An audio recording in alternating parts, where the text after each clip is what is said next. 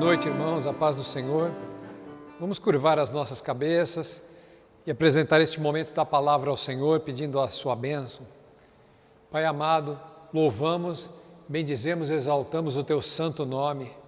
Te agradecemos, Pai, pela oportunidade de estarmos mais uma vez na tua presença para cultuar e exaltar o teu santo nome. E neste momento, Pai, eu te peço, abençoa a ministração da palavra, que ela ministre, que fale ao nosso coração e possamos ser edificados com o ensinamento do Senhor, em nome de Jesus. Amém. Glórias a Deus. Aleluia. Estamos felizes, irmãos, porque já estamos entrando numa nova fase desse período de pandemia. Já nossa cidade já está classificada como zona verde, né?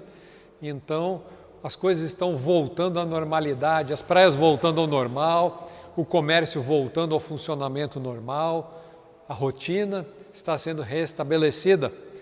E a mensagem que eu quero trazer hoje tem o seguinte tema: recomeço. Durante esse período de bastante dificuldade, muitas pessoas tiveram perdas, tiveram lutas.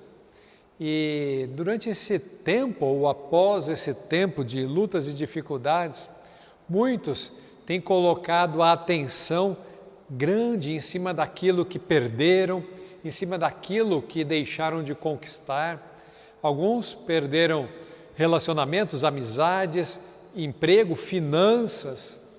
Muitos tiveram problemas de ordem pessoal e agora, colocando foco muito grande em cima do que perderam, esquecem do que restou e daquilo que Deus pode fazer a partir de agora. Mas é sobre isso que eu quero ministrar e eu te convido a abrir a Bíblia no livro de Lucas, no capítulo 15. Lucas capítulo 15 fala da parábola do filho pródigo. Aquele rapaz, um dia, ele chega para o seu pai e diz assim: pai, eu quero a parte da minha herança. O pai divide a herança entre os dois filhos e um dos filhos pega tudo o que recebe do pai e vai para o mundo. Lá a Bíblia diz que ele participa de festas, eventos, anda com meretrizes, gasta todo o dinheiro que tinha, só que no fim, acabando todo o seu dinheiro, ele arruma um emprego cuidando de porcos. E ele fica numa situação deplorável, comendo até a comida dos porcos. Então, no capítulo 15 do livro de Lucas, no verso 16, diz assim: ali desejava ele fartar-se das alfarrobas que os porcos comiam, mas ninguém lhe dava nada. Então, caindo em si, disse: quantos trabalhadores de meu pai têm pão em fartura, e eu aqui morro de fome. Levantar-me-ei, irei ter com o meu pai, e lhe direi: pai, pequei contra o céu e diante de ti, já não sou digno de ser chamado teu filho. Trata-me como um dos teus trabalhadores. E levantando-se foi para o seu pai. Vinha ele ainda longe, quando seu pai o avistou, e compadecido dele, correndo, o abraçou e o beijou. E o filho lhe disse: pai, pequei contra o céu e diante de ti, já não sou digno de ser chamado teu filho. O pai, porém, disse aos seus servos: trazei depressa a melhor roupa, vestiu, ponde-lhe um anel no dedo e sandália nos pés, trazei também, matai o novilho cevado, comamos e regozijemo-nos, porque este meu filho estava morto e reviveu, estava perdido e foi achado. Então é tremenda essa parte da parábola, onde Jesus está explicando que um certo jovem, após ter saído de casa e ter perdido tudo aquilo que tinha, ele volta à consciência. Então o texto diz: caindo em si. No momento que ele cai em si, ele para de olhar para tudo aquilo que ele havia perdido, tudo aquilo que ficou para trás, tudo aquilo que as escolhas erradas lhe trouxeram, como consequência, mas ele olha o que sobrou da sua vida, o que restou na sua vida, e ele diz: preciso voltar para casa, preciso dar um passo atrás e recomeçar a partir do que restou. E o que restou foi uma família, um pai, um irmão, uma fazenda. Então ele chega ao seu pai e diz: pai, não sou digno de ser chamado seu filho. O pai nem dá ouvidos a isso, mas coloca nele uma roupa nova, um anel no dedo, dizendo: filho, eu tenho uma aliança com você. Independente daquilo que você perdeu, ainda resta esperança. A esperança é que você tem uma casa, você tem um pai, você tem uma família, e tudo pode começar de novo a partir de agora. Então a vida daquele rapaz é restaurada a partir do que lhe sobrou. E glórias a Deus, neste exemplo, o que lhe sobrou foi uma família e um pai com o coração amoroso que estava sempre apto a perdoar e a restaurar a vida do filho. Assim é Deus conosco, assim Deus age conosco. Todas as vezes que nós temos alguma perda ou nos afastamos de Deus ou por situações adversas da vida, chegamos ao fundo do poço. Então, tomamos consciência de que existe um Pai, tomamos consciência de que ainda nos resta uma esperança, ainda nos resta a possibilidade de um recomeço. Aleluia! Glórias a Deus! A dificuldade que muitas pessoas encontram é de não olhar para a possibilidade de um recomeço, não olhar para a possibilidade de pegar aquilo que ainda tem nas suas mãos, olhar para frente, botar um alvo e um destino à sua frente e dizer: eu vou vencer a partir de aqui, eu vou começar a partir daqui, eu vou traçar novas metas a partir daqui. O que passou, passou, o que eu perdi, o que deixei de ganhar ficou para trás, mas a partir de agora eu tenho um Deus que pode colocar uma vitória à minha frente e eu vou atrás dela. Eu quero te mostrar um exemplo que aconteceu com Davi, está no livro de 2 Samuel, vamos até lá, no livro de 2 Samuel, no capítulo 12, o rei Davi, ele tem uma grande perda e foi algo muito sério que aconteceu na sua vida. 2 Samuel, no capítulo 12, Davi, ele teve um filho com Betseba, e a Bíblia diz que aquele recém-nascido ficou com uma enfermidade muito grave, enfermidade de morte. Então Davi se abateu muito, Davi não comeu, jejuou durante todo o tempo em que aquela criança estava enferma. Veja o que diz o texto bíblico, 2 Samuel, no capítulo 12, no verso 16. Buscou Davi a Deus pela criança, jejuou Davi, e vindo, passou a noite prostrado em terra é ajoelhado, é deitado, é com o rosto em terra, ali orando, clamando, chorando, para que Deus pudesse mudar aquela história. Então, os anciãos da sua casa se chegaram a ele para o levantar da terra, porém ele não quis e não comeu com eles. Aí a gente vai dar um salto ao verso 20, e diz assim, eu vou ler o verso 19. Viu, porém, Davi que os seus servos cochichavam uns com os outros e entendeu que a criança estava morta. Então Davi, ele orou, pranteou, clamou a Deus para que Deus salvasse a criança, mas aprouve a Deus que ela fosse para o céu. Aquela criança não viveu, ela morreu. E às vezes não entendemos os caminhos de Deus, não entendemos porque Deus permite determinadas situações, não compreendemos os seus propósitos, mas quando confiamos em Deus, temos que acreditar que Deus tem o melhor, Deus sabe o que faz e Deus sempre nos levará a bom termo. Então Davi estava lá orando, clamando, e ele escutou os seus servos cochichando a respeito da morte da criança. Verso 19, Viu, porém, Davi que os seus servos cochichavam uns com os outros e entendeu que a criança era morta, pelo que disse aos seus servos: é morta a criança? E responderam: morreu. Então Davi se levantou da terra, lavou-se, ungiu-se, mudou de vestes, entrou na casa do Senhor e a adorou. Depois veio para casa, pediu pão, puseram-no diante dele e ele comeu. Naquele momento, os seus servos não entenderam nada e falaram: Davi, enquanto seu filho estava vivo, você não comia, você chorava, jejuava. Agora que ele morreu, você tomou um banho, trocou de roupa, passou perfume e foi jantar. O que aconteceu? Então Davi responde: olha, enquanto havia a possibilidade de salvar a criança, eu estava chorando e clamando a Deus, mas agora a criança já morreu e eu não posso trazê-la de volta. Então me troquei, comi e daqui para frente começa uma nova história. Daqui para frente, bola para frente. O interessante é que Davi não se revoltou contra Deus. A Bíblia diz que Davi foi, se apresentou ao Senhor e o adorou. Deus é digno de toda a honra, toda a glória e todo o louvor.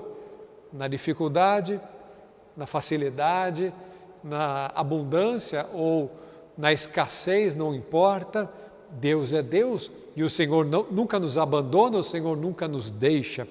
Então Davi, a partir daquilo que lhe sobrou, a esposa, o palácio, o reino, ele continuou a sua vida e na sequência com Betseba, Davi teve um filho e esse filho foi Salomão. Davi não se revoltou contra Deus, pelo contrário, ele entendeu que Deus tem o controle e é soberano sobre todas as coisas. E quando nós ficamos focados demasiadamente naquilo que ficou para trás, naquilo que perdemos e não compreendemos, mas Senhor, eu me dediquei, eu me esforcei, eu fui o melhor funcionário porque eu perdi o emprego, eu fui o melhor amigo porque a minha amizade desapareceu, saiu da minha vida. E quando focamos demais no porquê aquilo passou e esquecemos que ainda resta algo nas nossas mãos para recomeçar e ser vitorioso lá na frente, então nos confundimos e perdemos o foco.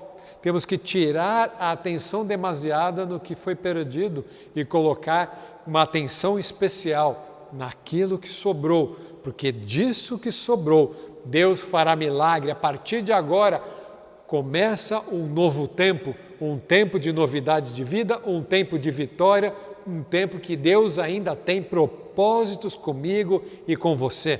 Aleluia! Glórias a Deus! Abra no livro de Marcos, no capítulo 10.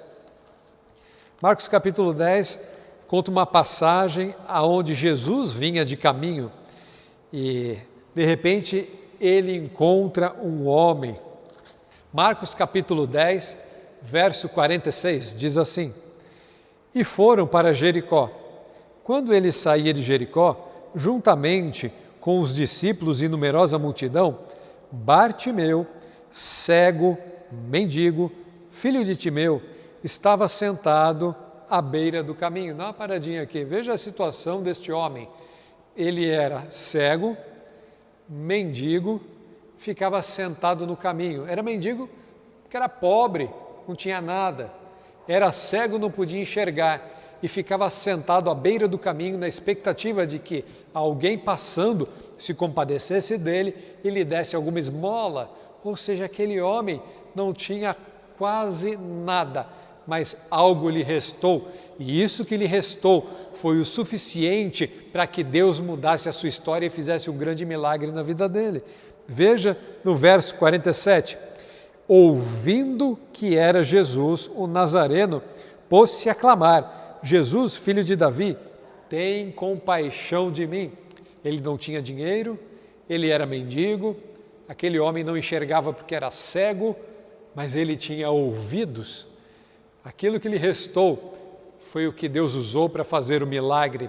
Então ele ouviu que Jesus estava passando e ele começou a gritar: Jesus, filho de Davi, tem misericórdia de mim. E tem algo aqui embutido nessa frase. A expressão filho de Davi era uma expressão messiânica, porque acreditava-se e acredita-se, que o Messias, ele vem da linhagem de Davi. Então, quando aquele homem, ele fala, Jesus, filho de Davi, tem misericórdia de mim, ele estava dizendo de uma forma implícita, eu acredito que você é aquele descendente que nós estávamos esperando. Verso 48, muitos o repreendiam para que se calasse. Claro, quem é que dá a importância para uma pessoa naquela condição, Geralmente, quando você está no momento de vitória na vida, você tem os holofotes virados para você, amigos te cercam, mas quando você está na pior, parece que todo mundo se afasta, não é verdade? Então, aquele mendigo falando, todo mundo, cala a boca, fica quieto. Mas ele cada vez gritava mais, filho de Davi, tem misericórdia de mim. Porém, Jesus disse, chama-o. Chamaram então o cego, dizendo-lhe, tem ânimo, levanta-te, ele te chama. Lançando de si a capa, levantou-se de um salto e foi ter com Jesus. Perguntou-lhe Jesus, que queres que eu te faça? Respondeu o cego, mestre, que eu torne a ver. Deixa eu dar uma paradinha aqui e vamos abrir um pouquinho esse versículo. Quando Jesus falou, o que tu queres que eu te faça? E ele diz, que eu torne a ver, logo entendemos que um dia esse homem enxergou. Um dia ele teve visão, mas ele perdeu a visão. Pode ter tido um acidente, pode ter tido uma doença, talvez estivesse com glaucoma ou com alguma coisa que ele estava tirando a visão. E ele falou, eu quero voltar a ver. Então aqui é uma situação de alguém que tinha algo precioso e que perdeu. Talvez você tenha perdido algo precioso, mas no momento que você encontra com Jesus, ele pode fazer o milagre de restaurar. Ele pode fazer o milagre de, a partir de agora, começar algo novo na sua vida. Então, lhe disse Jesus, vai, a tua fé te salvou. Imediatamente tornou a ver e seguia Jesus estrada fora. Interessante que em outras situações, Jesus cospe no chão, pega o lodo, coloca no olho do cego, ou faz de outra maneira. Jesus tem muitas formas de trabalhar. Em outra ocasião, Jesus orou com o cego e o cego ficou vendo parcialmente pessoas andando como se fossem árvores. Então Jesus vai, ora de novo, aí ele enxerga perfeitamente. E nesse caso, Jesus não passou lodo, não fez várias orações, não fez nada. Ele simplesmente disse, vai, a tua fé te salvou. E de repente, bum, a visão dele abriu. Aleluia! Deus trabalha de muitas maneiras, de muitas formas. Não existe uma fórmula única para o agir de Deus, nem uma velocidade para Ele trabalhar. Simplesmente tenha fé. O Senhor disse, a tua fé te salvou. Continue crendo, continue caminhando e crendo no Senhor. O Senhor vai fazer um começo novo para aquilo que foi rompido na sua vida, aquilo que foi estancado. A partir de agora, o Senhor faz um milagre, faz um renovo, começa uma nova história. Aleluia! Glórias a Deus! Vai, porque a tua fé te salvou. A tua fé é o diferencial que vai mudar a história da sua vida. Aleluia! Agora vamos até o livro de 1 Reis. No livro de 1 Reis, nós encontramos uma história que fala de uma mulher. 1 Reis, no capítulo 17, e eu vou ler o verso 13. O profeta Elias, ele chega na casa de uma mulher, e essa mulher já não tem mais o que comer, ela está com o seu filho, com um pouquinho de farinha, e ela vai fazer um pouco de comida para ela, para o seu filho, e depois vai esperar a morte. Então o profeta conversa com ela e lhe entrega uma palavra profética e lhe dá uma ordem. Faça assim. Veja. Verso 13. Elias lhe disse, não temas, vai, faze o que disseste, que era fazer um bolo, um pão. Mas primeiro, faze dele para mim um bolo pequeno, traze-me aqui fora. Depois farás para ti mesma e para o teu filho. O que o profeta disse? Você vai fazer um pão, né? Então faz um pão pequeno para mim, me traz primeiro, eu vou comer. Depois você faz para ti e para o teu filho. Ela só tinha comida para uma refeição e o profeta disse, faz para mim, depois faz para ti e para o teu filho. Aí ele continua, porque assim diz o Senhor, o Deus de Israel, a farinha da tua panela não se acabará e o azeite da tua botija não faltará, até ao dia em que o Senhor fizer chover sobre a terra. Foi ela, fez segundo a palavra de Elias, assim comeram ele e ela e a sua casa por muitos dias. Aquela mulher, por um momento, estava focada no grande problema que ela tinha. Estamos passando fome, é tempo de seca, eu só tenho um pouco de farinha e um pouco de azeite. Vou ali fazer um pão, vamos comer, depois é esperar a morte. O foco dela estava na dificuldade, e é óbvio que estivesse, qualquer um também estaria assim. Mas de repente chega o profeta com uma palavra da parte de Deus, e ele diz, da tua panela não vai faltar farinha, da tua botija não vai faltar azeite, até o dia em que voltar a chover, ou seja, até o dia em que Deus abençoar a terra e ela voltar a produzir o seu fruto. A mulher creu na palavra de Deus, creu na palavra profética, faz ali aquele bolo como um ato profético, entrega a Elias, Elias come e depois ela come. De repente, a farinha não acaba da panela, o azeite se multiplica e assim fica se multiplicando dia após dia, até o tempo em que Deus mandou chuva sobre a terra. O que restou para aquela mulher? Um pouquinho de farinha com azeite. Mas o que Deus fez do que restou? Um grande milagre, porque ela creu numa palavra profética. Então deixa eu te dar uma palavra profética, meu irmão. Creia naquilo que Deus colocou nas tuas mãos, creia naquilo que sobrou ainda nas tuas mãos, porque a partir disso, crendo no Senhor, Ele vai fazer milagres, Ele vai reproduzir na sua vida, Ele vai te prosperar e te levar a bom termo em nome de Jesus.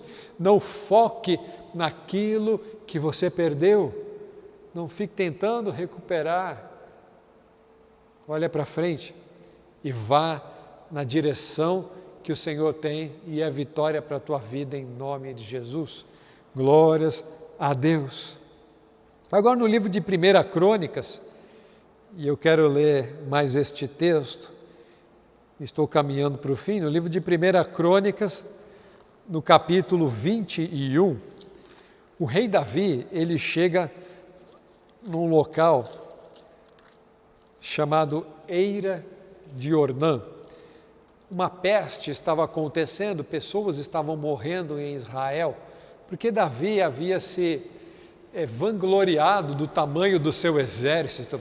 Então ele fez um censo e se vangloriou, olha o que eu conquistei, olha o tamanho do meu exército. Então por causa desse pecado de orgulho e vaidade, veio uma peste sobre Israel, pessoas estavam padecendo, então Davi ele se arrepende, então ele quer se redimir daquilo que estava acontecendo. Então, em 1 Crônicas, no capítulo 21, no verso 18, diz assim, então o anjo do Senhor disse a Gade, Gade é o profeta, que mandasse Davi subir para levantar um altar ao Senhor na eira de Ornã, o Jebuseu. Então, Jebuseu, Ornã era um homem que morava na terra de Jebus. Terra de Jebus o que hoje conhecemos por Jerusalém, e essa região é a região chamada Monte Moriá, o mesmo lugar onde Abraão havia apresentado Isaque ao Senhor, que ele ia sacrificá-lo, e então Deus colocou um cordeiro no lugar, ali é o Monte Moriá, justamente aqui a Bíblia agora fala do mesmo lugar, chamando de Eira de Ornã, o Jebuseu. Então o anjo do Senhor aparece para Davi e fala, Davi, vá naquele local, que era o mesmo local onde Abraão foi apresentar um holocausto, então faz um altar para o Senhor, adore ali ao Senhor. Verso 19, subiu pois Davi segundo a palavra de Gade, que falara em nome do Senhor. agora no verso 26, edificou ali um altar ao Senhor, ofereceu nele um holocausto e sacrifícios pacíficos e invocou ao Senhor, o qual lhe respondeu com fogo do céu sobre o altar do holocausto. Ou seja, Deus aceitou a adoração, aceitou a oferta de Davi. O que Davi faz? Eu não li todo o texto, mas Davi chega para Ornã, aquele homem, e diz assim, olha, eu quero comprar esta terra. Então Ornã, que em algumas partes da Bíblia aparece com o nome de Araúna, Ornã, Araúna, ele é chamado por 2 nomes. Então Davi fala, eu quero comprar esta terra. Ele diz, não, pode pegar a terra, pode usar, pode fazer o altar ao Senhor. Então Davi diz, não, eu não posso oferecer ao Senhor algo que não me custe nada. Então Davi pega ali uma grande quantidade de dinheiro e compra aquela terra que hoje conhecemos como Jerusalém, Monte Moriá. Ele compra aquela terra daquele homem e faz um altar ao Senhor naquela eira, naquele local, e faz uma adoração, ele cultua a Deus. Deus responde com fogo e aceita aquela adoração. No final, o que sobrou daquele altar foram cinzas, porque o Senhor manda fogo, o holocausto e a oferta queimada, sobrou cinza. Mas sabe o que Deus faz a partir das cinzas? Veja no livro de 2 Crônicas, avança um pouquinho, 2 Crônicas, no capítulo 3, no verso 1, naquele mesmo local, aonde sobraram cinzas, olha o que Deus fez. Começou Salomão a edificar a casa do Senhor em Jerusalém, no Monte Moriá, aonde o Senhor aparecera a Davi, seu pai, lugar que Davi tinha designado na eira de Ornã, o Jebuseu. Aleluia, glórias a Deus! Naquele mesmo lugar onde o Senhor foi adorado e as cinzas ficaram lá, naquele mesmo local foi construído o Templo de Salomão. Glórias a Deus, das cinzas saiu um templo. Bendito é o nome do Senhor. De qualquer cinza da sua vida, Deus pode fazer algo glorioso.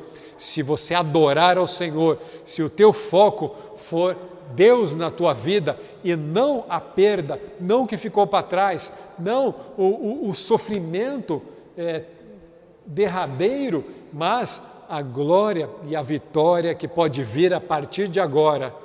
É tempo de recomeço, é tempo de olhar para frente e falar, Jesus, eis-me aqui, eu quero daqui para frente cumprir a tua vontade e atingir os alvos e objetivos da minha vida com a ajuda do Senhor, em nome de Jesus. Amém? Você recebe essa palavra no teu coração? Se você recebe essa palavra no teu coração, feche os teus olhos, vamos orar, vamos louvar ao Senhor e apresentar a Ele as nossas lutas e dificuldades e dizer, Senhor, eu não quero olhar para elas, mas eu quero olhar para o que restou, porque a partir daqui eu vou caminhar para uma vitória. Aleluia! Pai amado, te louvamos, te bendizemos e engrandecemos o teu santo nome, porque tu és Deus poderoso, tu és Deus de milagre, tu és Deus que faz maravilhas. Pai, quantas vezes ficamos olhando para trás, para o que perdemos, para alguém que faleceu, para um dinheiro que perdemos, um emprego, um namoro, um noivado, uma amizade. Mas, Senhor, tu és Deus poderoso para fazer nova todas as coisas.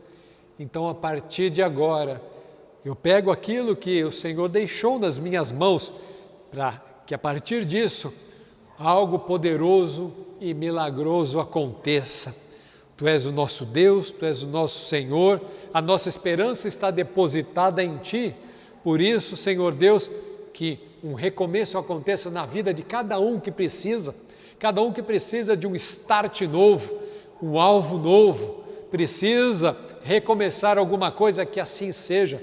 A partir de agora, que todo o foco que estava na perda e na dificuldade seja agora transferido para o que restou e para o Deus que pode fazer milagre. Olhando, Senhor Deus, para o autor e consumador da nossa fé, nós caminhamos para a vitória, caminhamos para a bênção que o Senhor tem preparado para nós desde a fundação do mundo, assim caminhamos para o alvo. Glórias a Deus, te louvamos e te agradecemos por esta palavra, em nome de Jesus. Amém. Aleluia. Que Deus te abençoe em nome de Jesus.